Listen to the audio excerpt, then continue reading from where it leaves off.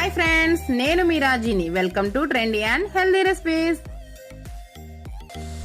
ఈరోజు మనం తాటి పండుతో ఇడ్లీలు తయారు చేద్దామండి. ఈ తాటి పండుతో చాలా రకాల రెసిపీస్ చేసుకోవచ్చు. ఈ సీజన్లో మాత్రమే ఇవి దొరుకుతూ ఉంటాయి.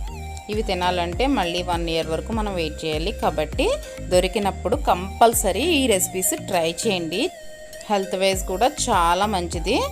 సరే అండి, ఈ రెసిపీస్ చూసే ముందు ఇంతవరకు నా ఛానల్ ఎవరైనా సబ్స్క్రైబ్ చేసుకోకపోతే తప్పకుండా సబ్స్క్రైబ్ చేసుకోండి. పక్కనే ఉన్న బెల్ ఐకాన్ యాక్టివేట్ చేసుకోండి.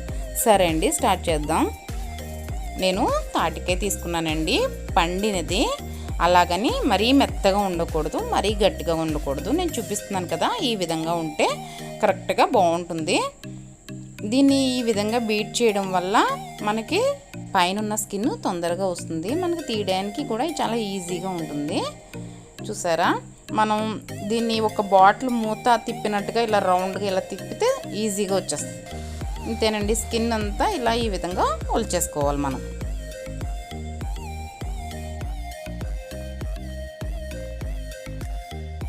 చూసారా, ఈ విధంగా ఒలుచుకున్న తర్వాత చూసారా, పైన ఉన్న స్కిన్ అంతా ఈ విధంగా తీసేసుకోవాలండి. వీటిని ఇలా డివైడ్ చేసుకోవాలి. లోన 3 టెంకులు ఉంటాయి. వీటిలో ఏమైనా ఏసులు అవి ఏమన్నా ఉంటే ఇవన్నీ తీసేసుకుని నీట్గా ఈ విధంగా చేసుకోవాలి.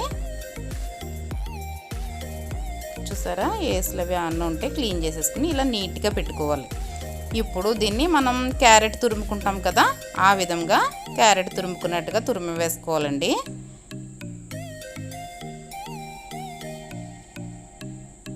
ఇలా పల్ప్ వస్తుంది, పీచు అది ఏం రాదు, నీట్గా వచ్చేస్తుంది. ఈ విధంగా మొత్తం అన్నీ కూడా తీసేసుకున్నానండి. మొత్తం పల్ప్ అంతా ఒక బాక్స్లో వేసుకుని దీన్ని మూత పెట్టేసి డీప్లో పెట్టుకుంటే ఒక 5 months వరకు ఉంటుంది, నిల్వ ఉంటుంది, ఏం పాడవదు. అలా తీసుకున్న పల్ప్లో నేను 1 కప్పు తీసుకున్నాను.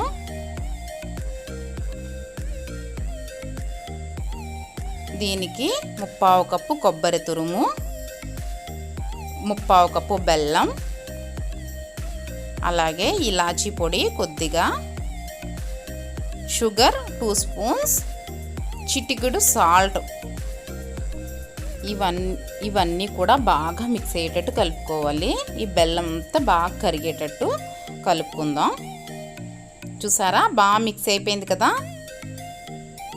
ఈ విధంగా కలుపుకున్న తర్వాత 1 కప్పు పల్పు తీసుకున్నాం కదా మనం, తాటిపండు గుజ్జు, దానికి 1 కప్పు ఇడ్లీ రవ్వ వేసుకుంటున్నానండి. కడగక్కర్లేదు, కడిగితే ఇంకా పలచగా అయిపోద్ది. పొడి నూకే వేసేసుకోవాలి. ఇలా అంతా కలిపి బాగా మిక్స్ అవ్వాలి. ఇలా గట్టిగానే ఉండాలి. ఈ విధంగా కలుపుకుని ఒక 1/2 hour పక్కన పెట్టుకుందాం. ఇడ్లీ వేసుకోవడానికి 1 గ్లాస్ వాటర్ పోసాను. ఇడ్లీ రేకులకి మనం కొంచెం ఆయిల్ అప్లై చేసుకోవాలి. ఈ విధంగా ఆయిల్ అప్లై చేసుకోవాలి.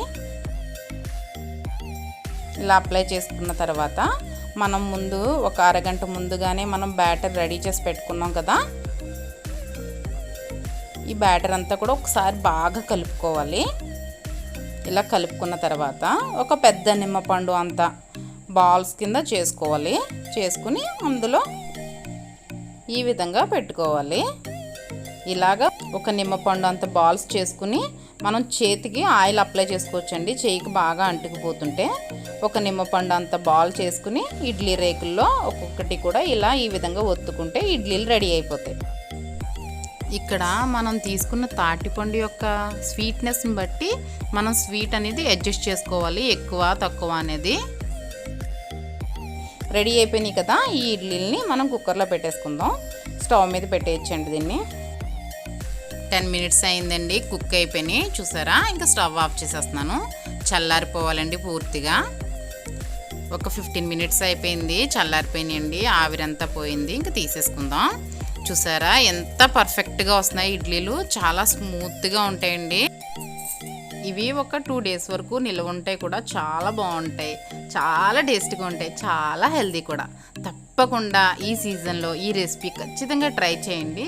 చూసారా విరిచి చూస్తే ఎంత స్మూత్గా ఉన్నాయో. తప్పకుండా నేను చెప్పిన మెజర్మెంట్స్తో ట్రై చేయండి. ఏ విధంగా వచ్చినాయో కామెంట్ సెక్షన్లో తెలియచేయండి. ఈ వీడియో కనుక మీకు నచ్చినట్లయితే ఒక లైక్ చేయండి, మీ ఫ్రెండ్స్కి షేర్ చేయండి. మరిన్ని సింపుల్ అండ్ టేస్టీ రెసిపీస్ కోసం మన ఛానల్ని సబ్స్క్రైబ్ చేసుకోండి. Bye friends.